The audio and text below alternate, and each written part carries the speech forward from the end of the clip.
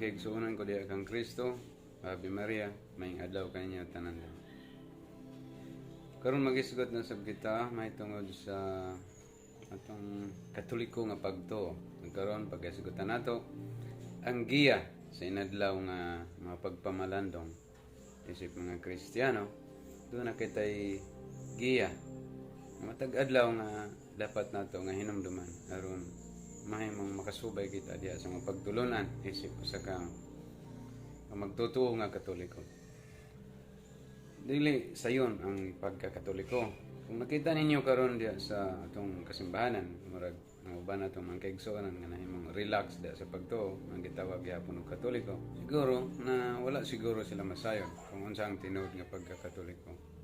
Karon isgutan nato ang mga giya o mga inadlaw nga pamalandungan alang sa pagpuyo diha sa mayong magtutuo nga Katoliko. Una, mao nga doon na kitay Ginoo nga himayaon. God to glorify. Mao kana ang una nato nga kuan. Kung kay say kitang tanan nga adto na gyud magbubuhat. Ug atong magbubuhat angay gid natong himayaon. Ang ikaduha mao ang si Hesukristo ang atong sundugonon sa unsang pagkamamaagi diha sa iyang pagkatao. Nasaan kita nga siya dunay duha ka kinaiya, iyang pagka Dios, tinuod nga Dios ug ang pagkatinuod nga tao. Dayon ang dunay mga anghel ug mga santos nga atong sangpiton. Kung kinagato kita nga dunay mga anghel ug kitang mga Katoliko nagatuo og mga santos. Ang dili man nato sila sangpiton sa matag adlaw. Sila ang mga santos, sila ang na-purify na diya sa kalibutan ng mga butan. Espirituhanon nga mga pagtulunan sila nahimo ng champion ini. Ug ang sunod mao nga doon na kita ikalag nga luwason kana tulubagon dagit kana.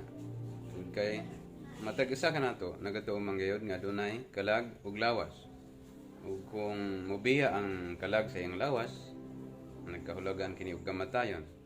So sa ingon niya na doon na kitay tulubagon sa atong kalag nga atong luwason. Ug ang sunod, lawas nga pagapantunon. Sanglit dili man nato basta-basta maluwas ang atong kalag, kung dili nato mapanton ang atong lawas. So ang puasa usa sa mga pagpanton sa lawas.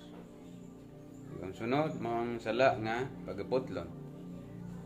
Kung ikaw nag-maintain ka karon sa sala, habitual sin, hinay-hinaya atong putong atong nga mawala kay usa nga tambal sa pagwala nini mao ra gid ang pag-ampo kag pagpuasa. Sunod mao nga dunay birtud nga atong pag-angkonon, virtue to acquire. Sample sa mga virtue, pagkamapailobon o ang pagkamainampon. Usab ang sunod mao nga impyerno nga pagalikayan. Saan paglikay sa impyerno? Sa dili paghimo og sala. Di ba? Pag himo og maayo ngadto sa katao. Ang sunod mga langit nga angkonon. Siyempre kung maglikay ka sa impyerno, duha ang purpose niya. Kung maglikay ka sa impyerno, santo pa nga doon na kay langit nga imong gusto nga angkonon. So opposite ang duha guys. Kung gusto ka mahimong makasubay ngadto sa padulong sa langit, so maglikay gid sa impyerno.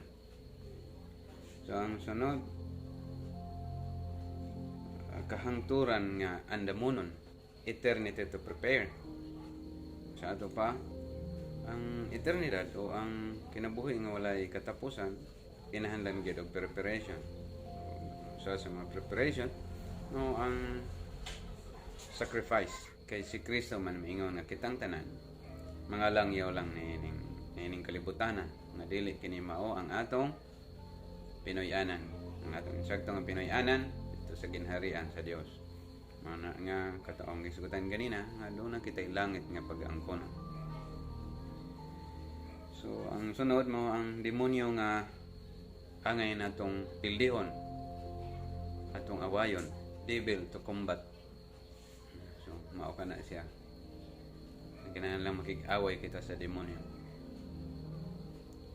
Ang sunod mao nga pangandoy nga hiwi nga i-overcome. pangandoy nimo nga angay nimong pildihon usab, labi ng pangandoy diha sa kaulag, kanyang kasagaran the sin of flesh, may kasagaran nga hinungdan nga daghan na impyerno sumala sa Fatima. Sa ulahi mga hukom sa Ginoo. Ang hukom sa Ginoo may pinaka-ngilingig kayo nga sitwasyon sa kalag sa tao. Samtang mga buhi pa kita, tagaan kita ugtan sa Ginoo sa pagtarong sa atong kalag. Tungod kay diya sa pagtarong sa atong kalag, nag-look forward kita. Naado na kita'y pananaw. Ang atong kalag hukman gyud sa Ginoo. Ug dunay usa ka pare guys nga akong nadunggan nga mga anghel daw sa langit, labi na ginag-imong anghel nga magbalantay. Kung magtan-aw daw siya sa imong kalag nga hukman at tubangan sa Ginoo, malisang gid kuno kay siya guys. Nakakita na ba mo og tao nga naka-witness siya sa doon sa kabata nga hapit na gid maligsan? Inana daw, di ba, mahadlok man siya. Inana daw ang kahadlok sa mga anghel sa langit na magtanaw sa tao, magtanaw sa kalag sa tao nga hukman at tubangan sa Ginoo. So manghinaot ko mga kaigsunan nga kini bisan ginagmera ang atong pagaisgutanan, magagiyaw ta kini sa atong inadlaw nga pagkinabuhi sa pagsubay nato isip usa ka mga magtotoo nga Katoliko. Daghang salamat. O kung wala pa ka subscribe sa atong channel, mo kang ma-subscribe o tuklo ka ang bell kay aron ma-notify ka kung doon na kita mga bagong uploads. Ave Maria. Salamat.